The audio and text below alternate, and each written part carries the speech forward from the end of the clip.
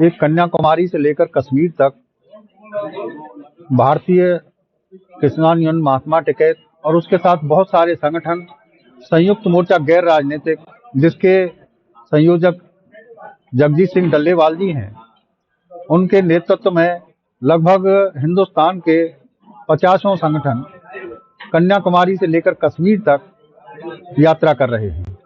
और वो यात्रा इसलिए करनी आवश्यक हुई कि सरकारों ने कभी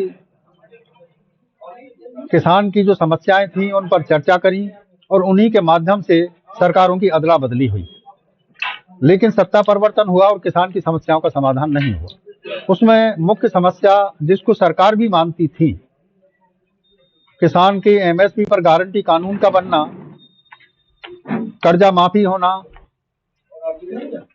उसमें स्वामीनाथन कमेटी की उस रिपोर्ट C2+50 फॉर्मूला का लागू होना, जिसमें लागत मूल्य का 1.5 गुना रेट देने की बातें कही गई।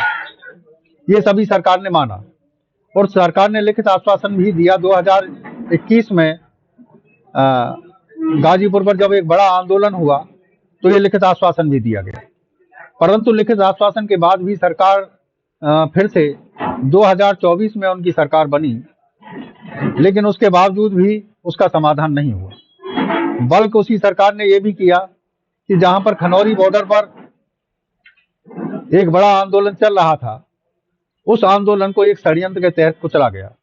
आज ऐसा लगता है कि मां हिंदू स्वतंत्र भारत में हम फिर से अंग्रेजी हुकूमत के दरमियान जिस तरह की व्यवस्थाएं होती थी, उन व्यवस्थाओं में हम जिंदगी जी रहे हैं।